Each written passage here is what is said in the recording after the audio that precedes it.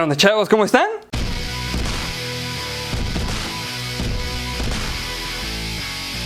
Bienvenidos a la quinta generación de videojuego. Poco camino nos queda ya para llegar a las consolas que usamos en la actualidad. Nos parece imposible que las consolas de sobremesa hayan avanzado tanto en tan poco tiempo, pero eso es solo la perspectiva de nosotros, los no tan jóvenes, que nos ha tocado disfrutar de todas las generaciones existentes de videojuegos.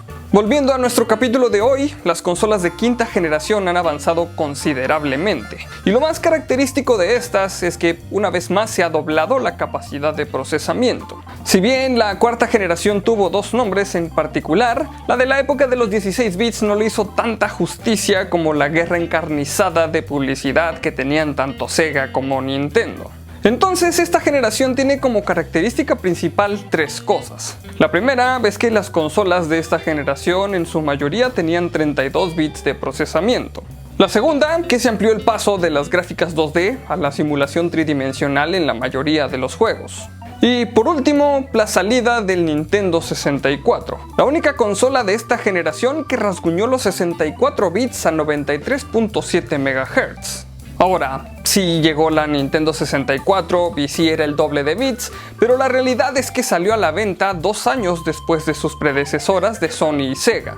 Entonces, resumiendo, las consolas más influyentes de esta generación fueron la Sega Saturn, la Sony PlayStation y la ya antes mencionada Nintendo 64. Podemos decir que el nombre de esta generación está entre la era de los 64 bits o la era 3D.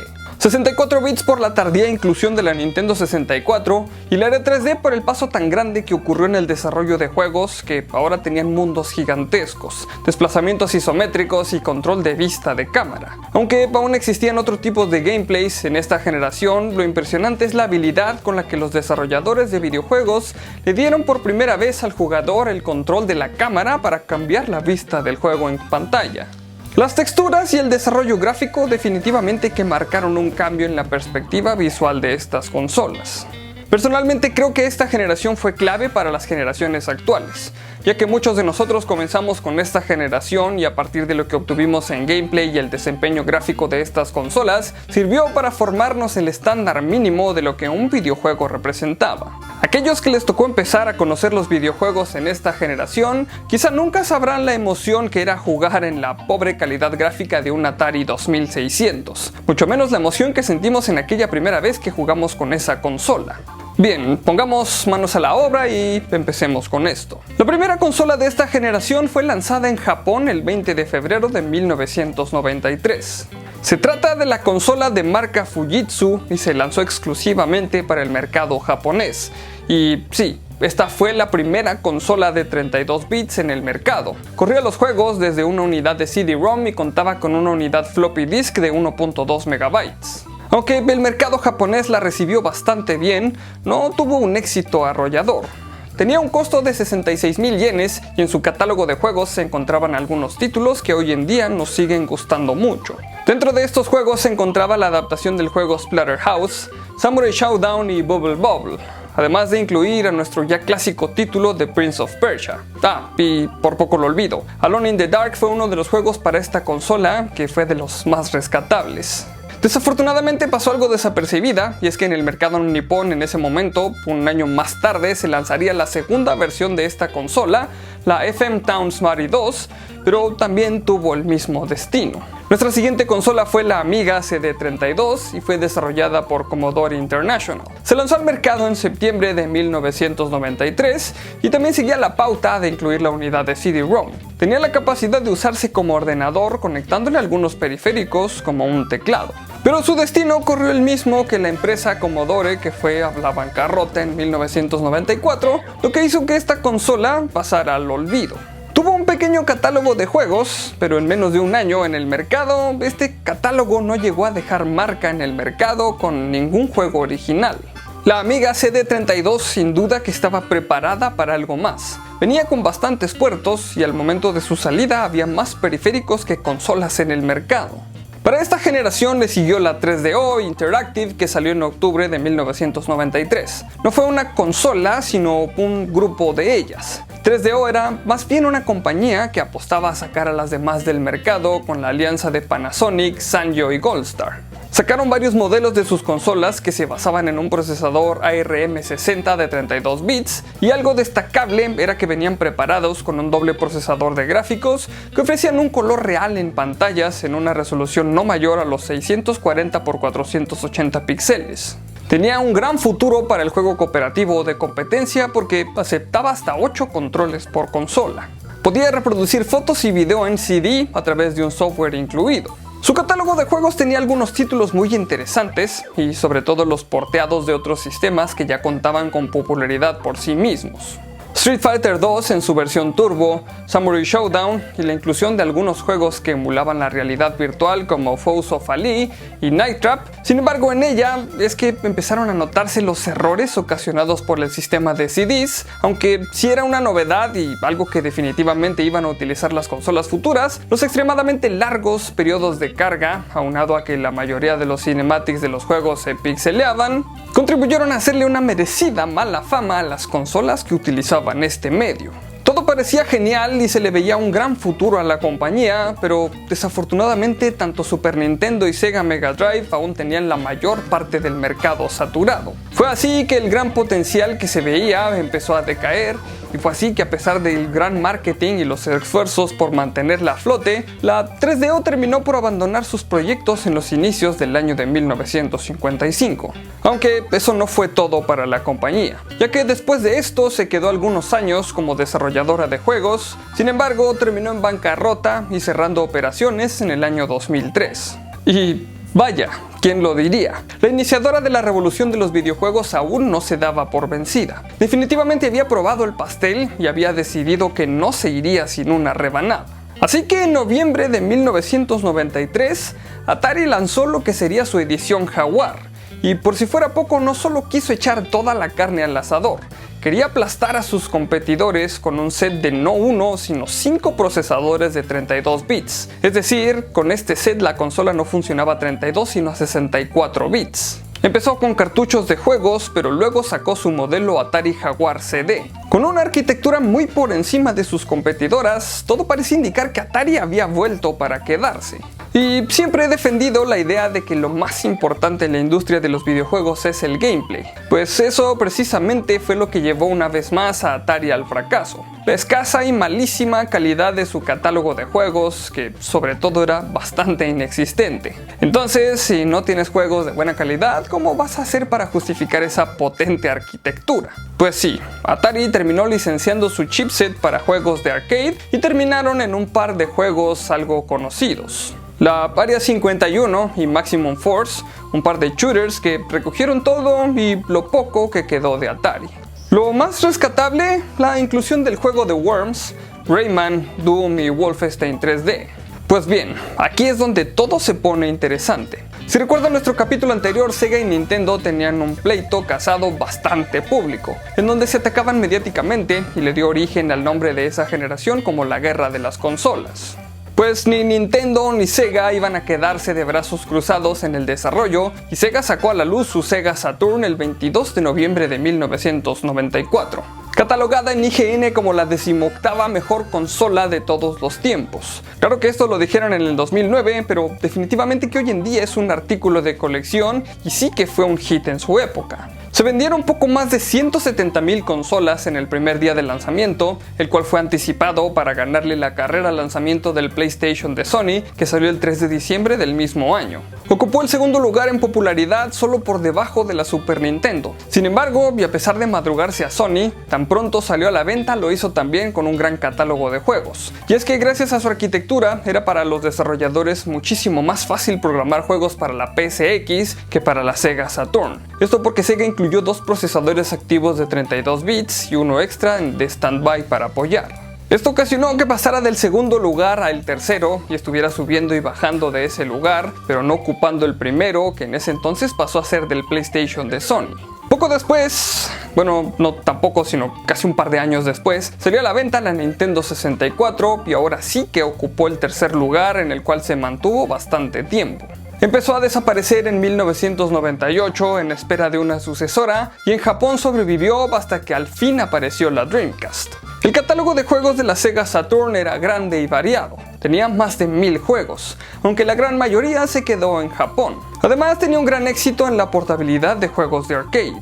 Ahora, dentro de su catálogo, déjenme decirles que muchos juegos también se produjeron tanto para Nintendo como para la PSX de Sony, lo que reforzaba las estrategias de las casas desarrolladoras para enfocarse más en la mejor calidad de los videojuegos, aprovechando las arquitecturas de las consolas en turno.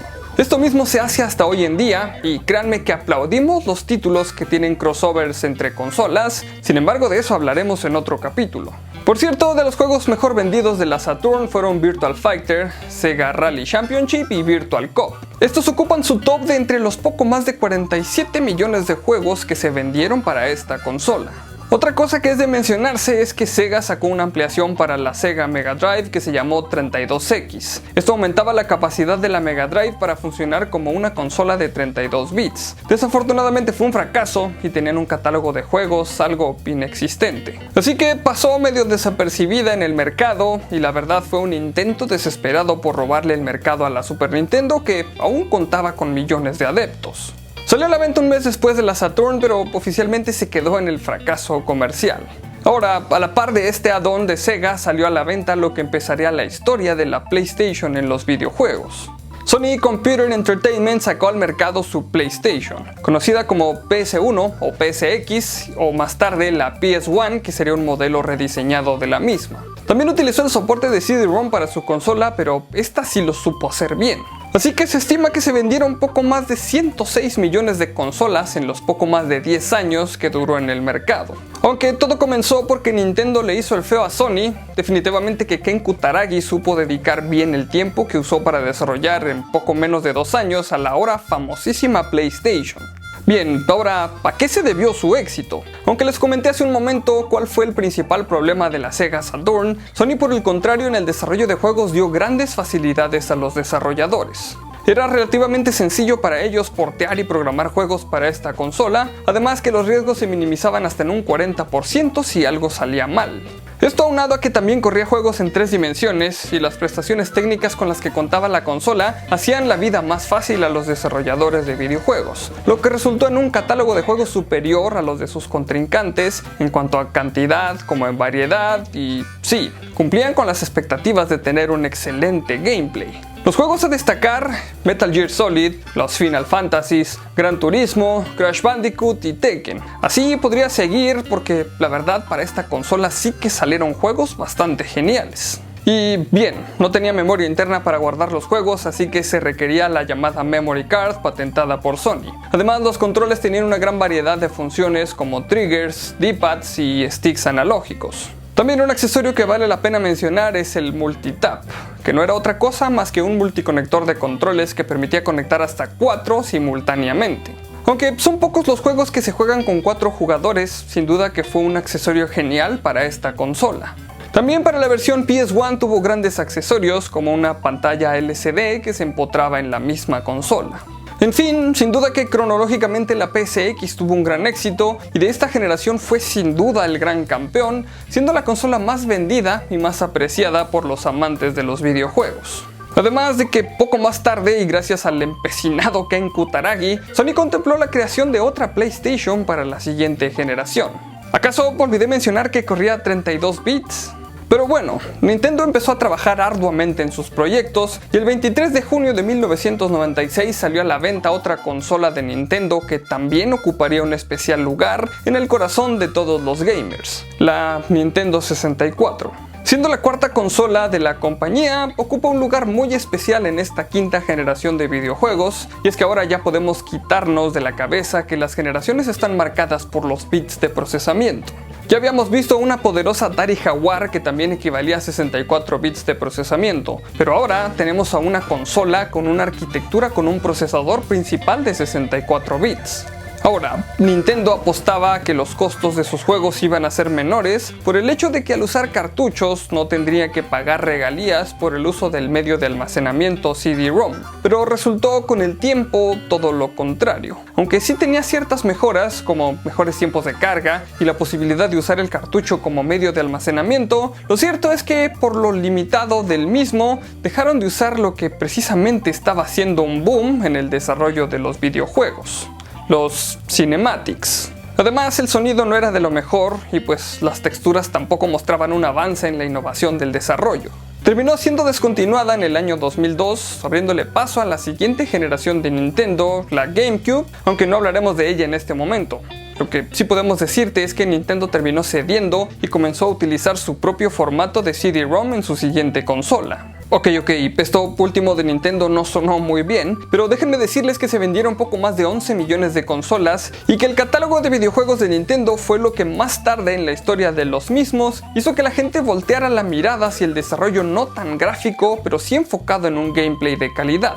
Nintendo hoy por hoy es considerado un experto en este ramo y es famoso por lo mismo. Los juegos que valen la pena mencionar: su portabilidad de Killer Instinct, Doom 64, Pilotwings 64, Banjo-Kazooie y Tooie y un sinfín de títulos que hacen de esta consola un objeto para los coleccionistas amantes de algunos de sus juegos. ¿Algo más que mencionar?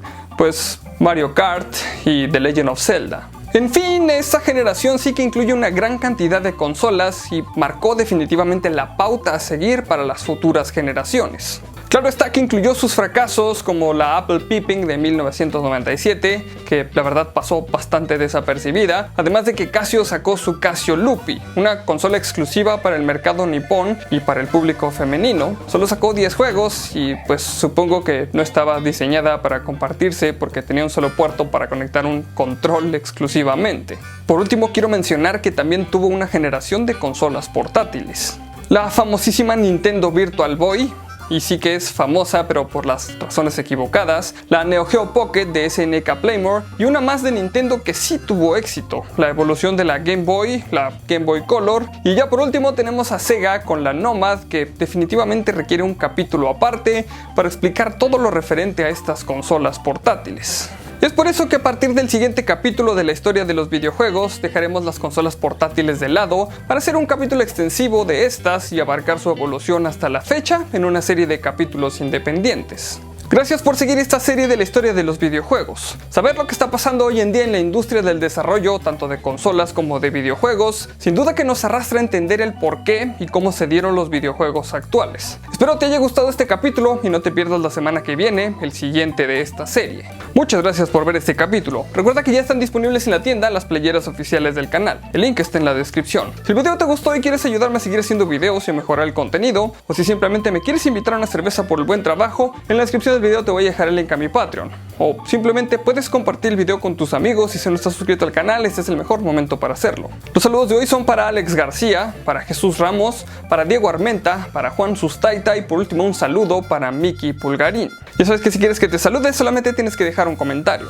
Por aquí abajo te voy a estar dejando mis redes sociales para que me sigas y podamos estar más en contacto, y recuerda que hay videos nuevos casi todos los días. Recuerda también darle click a la campanita para que te lleguen todas las notificaciones de los videos. Solamente me queda recordarles que mi nombre es Arnoldo Montaño y como siempre, nos veremos en el futuro.